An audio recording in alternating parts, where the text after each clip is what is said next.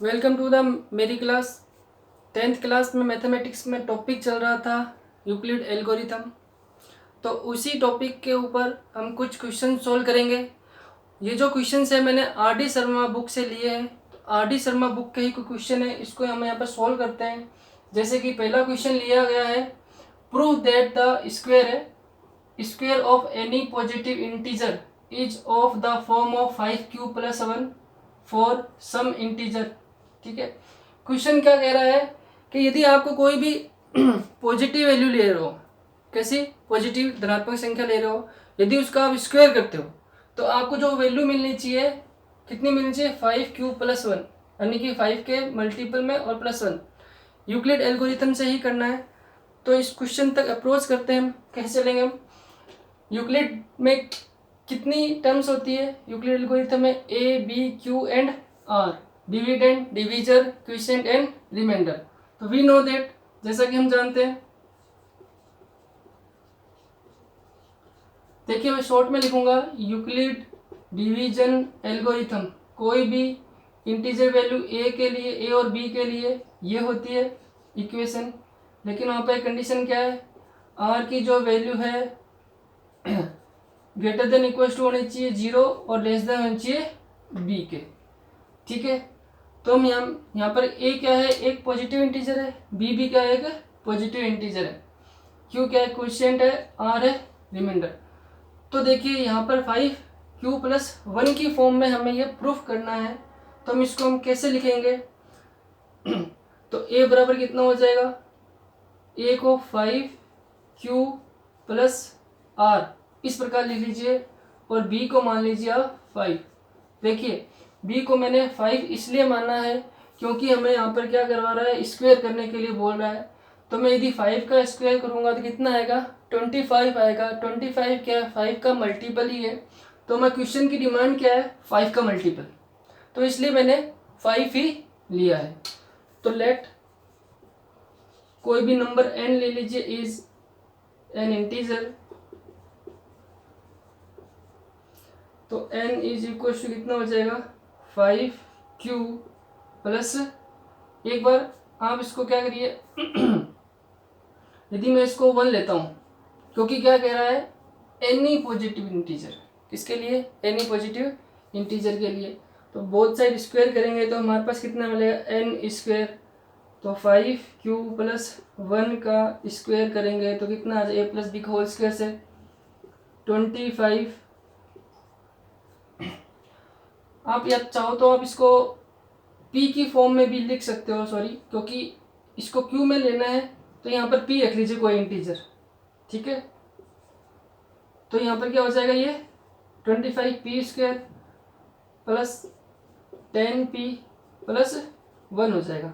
अब हम देखेंगे कि इसके अंदर से एक क्या कॉमन आ रहा है, 5 कॉमन आ रहा है। तो ये n² इज इक्वल टू कितना हो जाएगा, 5 कॉमन लेंगे तो 5p² प्लस 2p, सिर्फ इसमें से कॉमन लेना है, +1। तो n² इज इक्वल टू कितना हो जाएगा, 5q+1,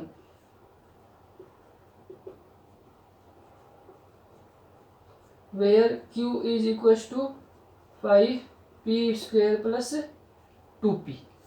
ठीक है, तो आप जैसे कि देखोगे कि किसी भी संख्या का धनात्मक पूर्णांक संख्या का वर्ग करेंगे तो किस फॉर्म में मिलेगी, हमें 5q+1 की फॉर्म में मिल जाएगी।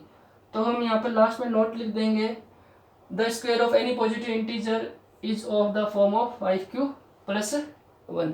हर क्वेश्चन में यही करना है, मतलब क्वेश्चन की लैंग्वेज के अकॉर्डिंग ही क्वेश्चन को सॉल्व करना है, अप्रोच करना है उस क्वेश्चन को कि क्या कैसे करें। नेक्स्ट क्वेश्चन लेते हैं हम, आर डी शर्मा से दूसरा क्वेश्चन ले रहा हूँ मैं, उसी को सॉल्यूशन निकालते हैं। कैसे करना है, हमें क्वेश्चन की लैंग्वेज पे जाना है। ठीक है, जितना प्रैक्टिस करोगे आप क्वेश्चन ऑटोमेटिकली सॉल्व होते जाएंगे। दूसरा क्वेश्चन लेते हैं। नेक्स्ट क्वेश्चन की लैंग्वेज को पढ़िए आप। नेक्स्ट क्वेश्चन में क्या लिखा है, so that the square of an odd integer is of the form of 8q+1 for some integer q।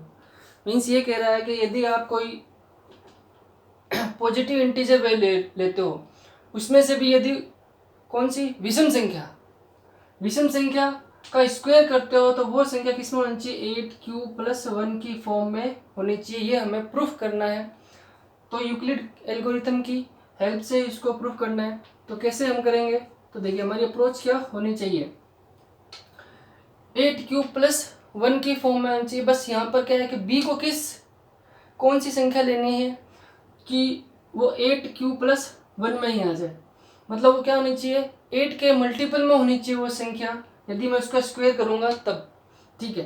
तो क्या बनेंगे, माना कोई संख्या लेते हैं हम a एक धनात्मक पूर्णांक है तथा यहाँ पर मैं b को ले रहा हूँ 4 इसलिए लिया है क्योंकि मैं 4 का स्क्वायर करूँगा, कभी स्क्वायर करा रहा है तो 4 का स्क्वायर कितना आएगा, 16 आएगा। 16 क्या 8 का मल्टीपल है। तो देखिए मैं यहाँ पर दिख रहा है तो 8q+1 की फॉर्म में लिखना है, तो 8 का मल्टीपल है तो वहाँ पर आ जाएगा। हमें ये पता है a और b में जो यूक्लिड मैं शॉर्ट में लिख रहा हूँ यूक्लिड डिवीजन एल्गोरिथम से क्या होती है, a = bq+r, जहाँ पर r की वैल्यू क्या होती है, > 0 एंड b ही होती है।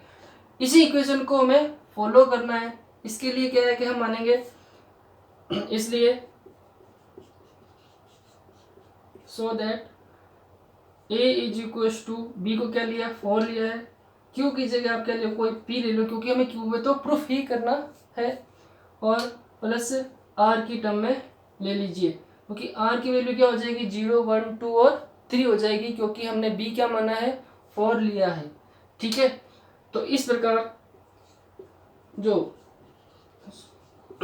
ये इक्वेशन कितनी हो जाएगी, a = 4p और a की वैल्यू क्या हो जाएगी, क्योंकि a कोई भी पॉजिटिव या b कोई भी पॉजिटिव है, इसमें मैंने इवन ऑड नहीं लिया है। ठीक है, ये पॉजिटिव इंटीजर वैल्यू है। 4p +1 4p+2 और 4p+3 तक, ये जो 4 वैल्यू है ये क्या कोई भी पॉजिटिव इंटीजर है। अब हमारा क्वेश्चन क्या कह रहा है, ओड इंटीजर क्या लेना है, ओड इंटीजर लेना है। तो हम क्या लिखेंगे, let a is an odd integer, विषम पूर्णांक है, इसलिए a की वैल्यू क्या क्या हो जाएगी, a = 4p+1 और 4p+3, या तो 4p+1 होगी और या तो 4p+3 होगी। इसी से ही हमें करना है। ये तो हमें ओड इंटीजर मिल गए। अब हमें क्या करना है, स्क्वायर करना है। तो स्क्वायर करेंगे तो फर्स्ट केस लेते हैं कौन सा, 4p+1, तो a = कितना तो हम क्या है, कोई दूसरा इंटीजर मान लीजिए, let n is an integer, कोई दूसरी पूर्णांक वैल्यू है ये, तो n = 4p+1 फर्स्ट केस मान लिया। दोनों तरफ क्या कर देंगे हम, स्क्वायर कर देंगे, तो स्क्वायर कर दीजिए। तो n² = 4p+1 का होल स्क्वायर, तो ये कितना हो जाएगा, 16p² + 8p होगा +1। अब आप देखेंगे कि इन दो टर्म के अंदर क्या कॉमन आ रहा है, 8 कॉमन आ रहा है, तो 2p² + p+1, तो n² = 8q+1। यहाँ पर लिख दीजिएगा जहाँ पर q = 2p² + p, ये हमने माना है, और p भी क्या है, यहाँ पर कोई एक इंटीजर वैल्यू है। तो हमने देखा कि फर्स्ट केस के लिए 8q+1 आ गया है।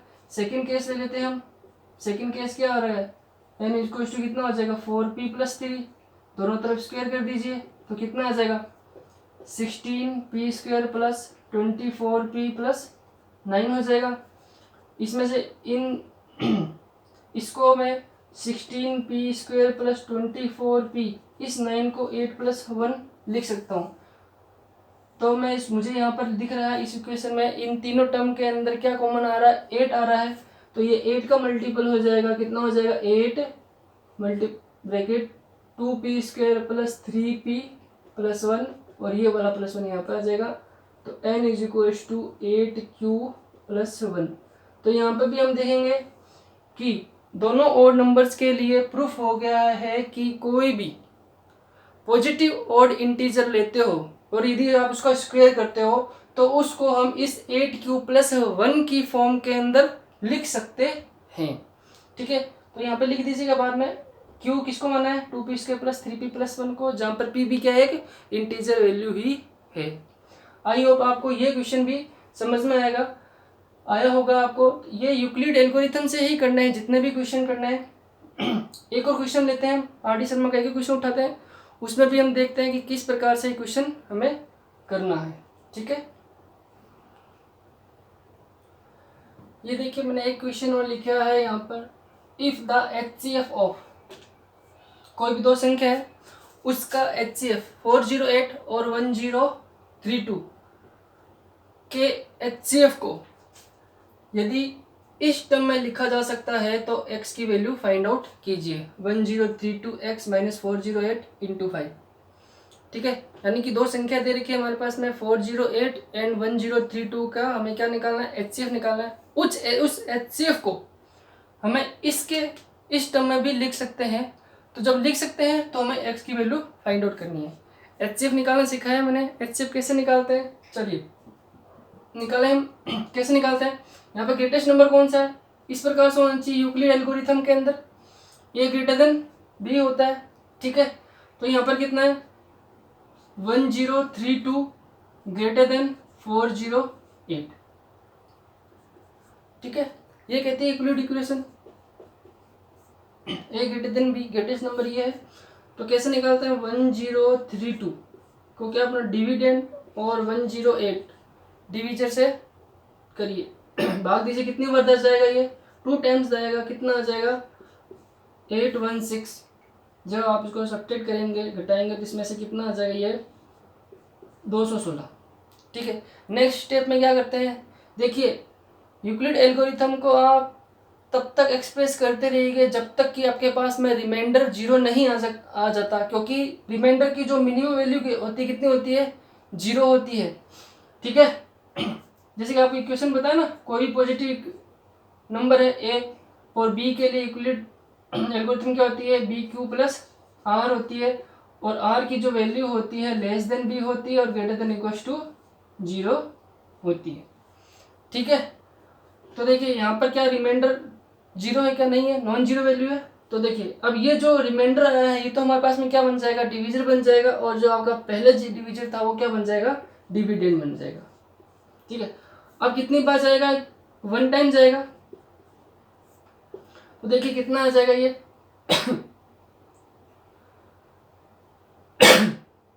2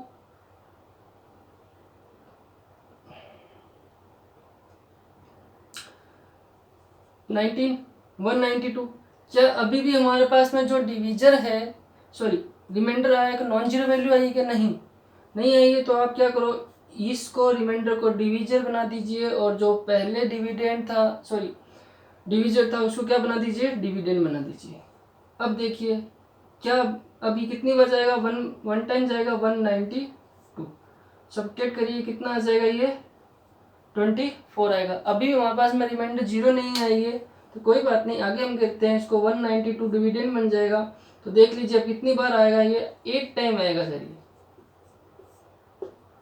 अब देखिए अब क्या है कि हमारे पास में ये आ गया है 0 आ गया है, रिमाइंडर क्या आ जाएगी 0 है, तो हमें यहाँ पर ये प्रोसेस रोक देना है, क्योंकि रिमाइंडर जब आ ही नहीं रहा तो आगे करने की जरूरत ही नहीं है। तो जो लास्ट में जो डिविजर आएगा, जो लास्ट भाजक संख्या आएगी वही गिवन संख्या का क्या आ जाएगी HCF आ जाएगी। ठीक है, तो हम यहाँ पे लिख देंगे, इसलिए 108 एंड 1032 का जो HCF है क्या आएगा वो 24 मिलेगा। ठीक है, अब क्वेश्चन में चलो हम क्वेश्चन की तरफ वापस चलते हैं। If the HCF of 408 and 1032 का जो HCF है उसको हम इस टर्म में लिख सकते हैं। तो यानी कि इसके कहने का मतलब है ये जो HCF आया है 24 को हम इस प्रकार से लिख सकते हैं 24 = 1032 x - 408 इंटू 5। इसके कहने का मतलब ये है। तो हमें x की वैल्यू है, ये एक सिंपल इक्वेशन है, इसको हम क्या करें देखिए कितना हो जाएगा 24 प्लस 20 40 1032x। ठीक है, तो 1032x इज इक्वल टू 2064। तो x की वैल्यू कितनी आ जाएगी 2064 अपॉन 1032। ये कितनी बार कट जाएगा 2 टाइम्स कट जाएगा, तो x की वैल्यू कितनी आ जाएगी 2। इस प्रकार हम कह सकते हैं कि 408 और 1032 के HCF को यदि इस टर्म में लिखा जा सकता है तो x की वैल्यू कितनी आ जाएगी 2 आनी चाहिए, तभी हम इसको लिख सकते हैं, अदरवाइज नहीं लिख सकते। इस क्वेश्चन की जो स्टोरी है यही है, ये इसका सॉल्यूशन है। आई होप ये भी आपको क्वेश्चन सोल्व समझ में आ गया होगा। ज़्यादा कोई डिफ़िकल्ट नहीं है, बस थोड़ा सा माइंड लगाने की ज़रूरत है। क्वेश्चन कह क्या रहा है, उस क्वेश्चन जो मैं लैंग्वेज लिखी गई उस तक पहुंचना है, अप्रोच करना है, और जो डिमांड है उस क्वेश्चन की, उस क्वेश्चन के अकॉर्डिंग ही हमें क्या क्या आगे सॉल्यूशन करना है। नेक्स्ट क्वेश्चन देखते हैं। ये RD शर्मा का एक और क्वेश्चन लिया है, इसी क्वेश्चन को हम सोल्व करते हैं। कैसे सोल्व करना है, क्वेश्चन क्या कह रहा है, prove that the product of 3 consecutive positive integer is always divisible by 6। Means यदि हम कोई भी लगातार 3 संख्या लेते हैं, उसको यदि मल्टीप्लाई करेंगे यानी कि उनका प्रोडक्ट करेंगे, तो वो क्या होना चाहिए, हमेशा 6 से डिविजल होना चाहिए, यानी कि 6 से पूरा पूरा भाग उसमें जाना चाहिए। तो कैसे अप्रोच किया जाए इस क्वेश्चन के लिए, तो मेथड वही है, फर्स्ट लाइन वही सेम रहेगी, 2 नंबर लेंगे, ए यूक्लिड एल्गोरिथम से क्या होती है, A is equals to B Q plus R, यही होती है। तो इसी के इर्द गिर्द, इसी इक्वेशन के इर्द गिर्द ही सभी क्वेश्चन अप्लाई करेंगे। तो देखिए क्या होती है, सॉल्यूशन करते हैं हम इसका। कैसे सॉल्यूशन किया जाए कि माना लेट ए जो है कोई धनात्मक पूर्णांक है। देखिए थोड़ा सा लिखने में टाइम लगता है, समझाने में भी टाइम लगता है, तो आप इसको कोशिश करिएगा, अपने हिसाब से भी करिएगा। धनात्मक पूर्णांक संख्या है एंड ए एंड बी तथा बी भी कोई धनात्मक पूर्णांक संख्या है। ठीक है, तो क्या करना है, यूक्लिड डिवीजन एल्गोरिथम से जो इक्वेशन बनेगी वो क्या बनेगी, A equals to B Q plus R बनेगी। देखिए ये इक्वेशन भूलिएगा मत, और ये जो कंडीशन है ये भी मत भूलिएगा। ठीक है, क्योंकि आर की जो वैल्यू है वो कितना हो जाएगी, 0 से स्टार्ट करेगी, और जो अपन बी आएगी डिवीजर जो है उससे लेस देन होगी। ठीक है, तो क्या करना है, 3 कंसेक्यूटिव पॉजिटिव नंबर्स। तो देखिए हमारे पास में होगा क्या,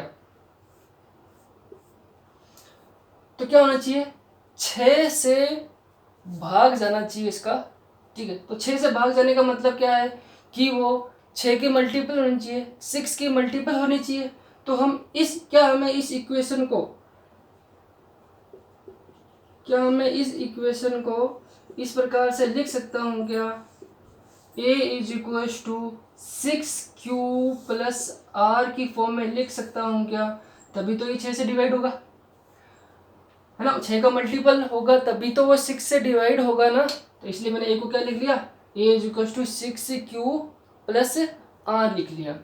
ठीक है, तो a की जो पॉसिबल वैल्यूज कितनी हो जाएगी, कहाँ तक जाएगा, a is equal to r की वैल्यू कितनी हो जाएगी, 0 1 2 3 5, क्योंकि मैंने b की कितना माना है, 6 माना है ना।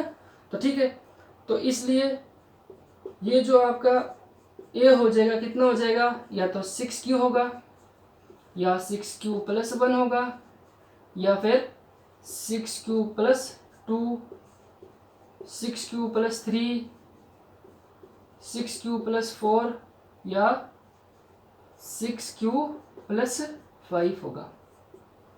ठीक है, ये नहीं कह रहा कि वो ओड है इवन है, नहीं, वो कह रहा कोई भी एक पॉजिटिव नंबर है, यदि लगातार पॉजिटिव संख्या को लिया जाए और उनको प्रोडक्ट किया जाए, मल्टीप्लाई किया जाए, तो हमें प्रूफ करना है ये जो ए की वैल्यू जितनी भी आई है एक ही वैल्यू जितनी मानी है आर के लिए, रिमाइंडर 0, रिमाइंडर 1, 2, 3, 4, 5 के लिए, तो वो उसके अकॉर्डिंग उसकी जो कंजिक्यूटिव यानी कि लगातार जो संख्या है उनका जो प्रोडक्ट करेंगे वो कितना आना चाहिए, 6 से भाग जाना चाहिए।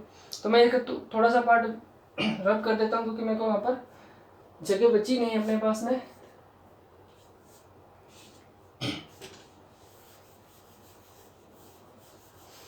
तो इसके हम एक एक वैल्यू लेते हैं। जैसे कि अपने पास में एक ही वैल्यू कितनी है, ये 6q और 6q + 1 और 6q + 2 आएगी ना। तो फर्स्ट केस ले लेते हैं हम, लेट n = 6q लिया, ठीक है। ये कोई एक पॉजिटिव इंटीजर है, लेकिन वो क्या है 3 कॉन्जिक्यूटिव क्या हो जाएगा, वो n n+1 और n+2 का प्रोडक्ट, ठीक है। n की वैल्यू कितना है 6q, यानी कि 6q + 1 और 6q + 2 का जो मल्टीप्लाई होगा वो क्या होगा, 6 से डिविजल होगा।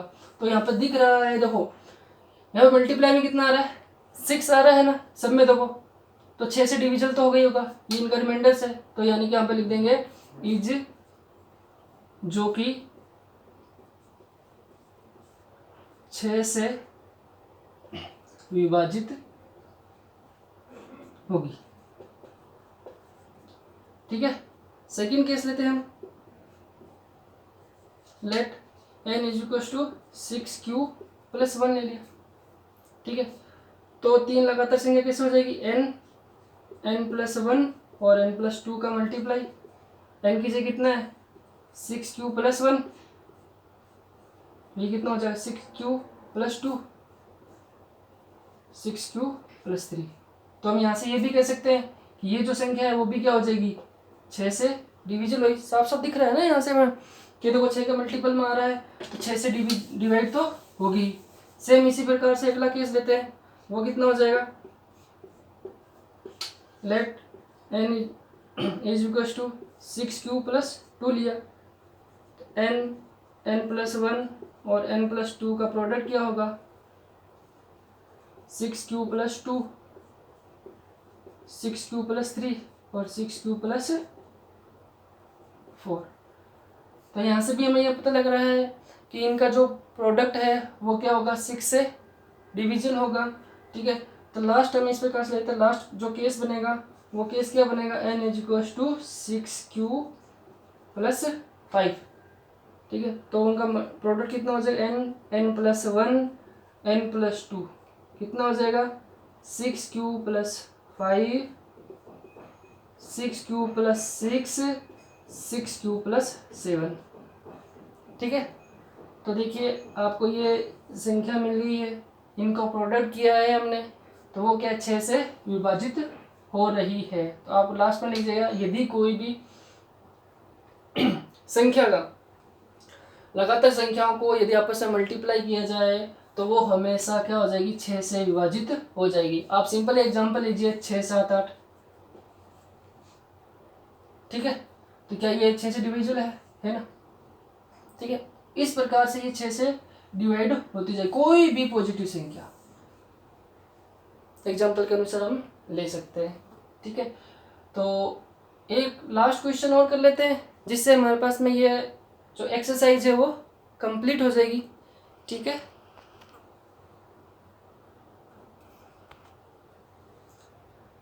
चलिए हम आगे चलते हैं। ये हमारी एक्सरसाइज का एक लास्ट क्वेश्चन है, R.D. शर्मा का लिया गया एक क्वेश्चन है। इस क्वेश्चन में क्या कह रहा है कि आपके पास में कोई भी दो संख्या है, उसके लिए उन दो संख्याओं का LCM और HCF जो कि क्या दे रखा है रिस्पेक्टिवली 180 और 6 दे रखा है। तो आप लोगों को उसमें से कोई एक नंबर दे रखा है 30, तो दूसरा नंबर हमें फाइंड आउट करना है। इसके लिए क्या है कि क्वेश्चन समझ में आ गया होगा, तो कहने का मतलब कोई भी दो संख्या है उसका LCM और HCF जो कि क्या है कि 180 और LCM 180 है, HCF कितना है 6 है, उनमें से कोई एक संख्या 30 है तो दूसरी संख्या हमें फाइंड आउट करनी है। इसके लिए क्या अप्रोच, इसके लिए छोटा सा फॉर्मूला है कि दो संख्याओं का गुणनफल is equal to LCM and HCF का गुणनफल। The product of two numbers is equals to the product of LCM and HCF of that numbers. ठीक है, तो suppose let the numbers are x and y, कोई दो number लिए मैं, एक को एक्स मान लिया, एक को एक्स वाई मान लिया। ठीक है, तो इसके अनुसार कितना हो जाए, x into y is equals to L C M into H C F. ठीक है, अब वो कह रहा है इनमें से कोई भी एक संख्या है, क्या है, दे रखी है, कितनी 30 दे रखी है। आप इसमें से कोई भी एक मान लो, मैं मान लेता हूँ ये एक्स दे रखा है, कितना 30 दे रखा है, तो हम क्या मान लेते हैं, वाई की वैल्यू निकालेंगे। एलसीएम कितना दे रखा है 180, एचसीएफ दे रखा है कितना 6, तो इस 30 को इससे काटेंगे तो कितना आ जाएगा 6 टाइम कट जाएगा, तो वाई की वैल्यू कितनी हो जाएगी 36। तो आप फाइंड आउट करिएगा 30 और 36 का एलसीएम क्या 180 आता है। ठीक है, तो ये क्वेश्चन था, ये छोटा सा फॉर्मूला भी है, तो आपको ये पता होना चाहिए। ठीक है, आई होप जितने भी अपने आरडी शर्मा के सॉल्यूशन करें आपको समझ में आया होगा। यदि आपको कोई क्वेश्चन पूछना है तो कमेंट बॉक्स के अंदर क्वेश्चन लिख सकते हैं। ठीक है, तो मैं आपको उसको सॉल्यूशन नेक्स्ट क्लास के अंदर करवा दूंगा। Thank you.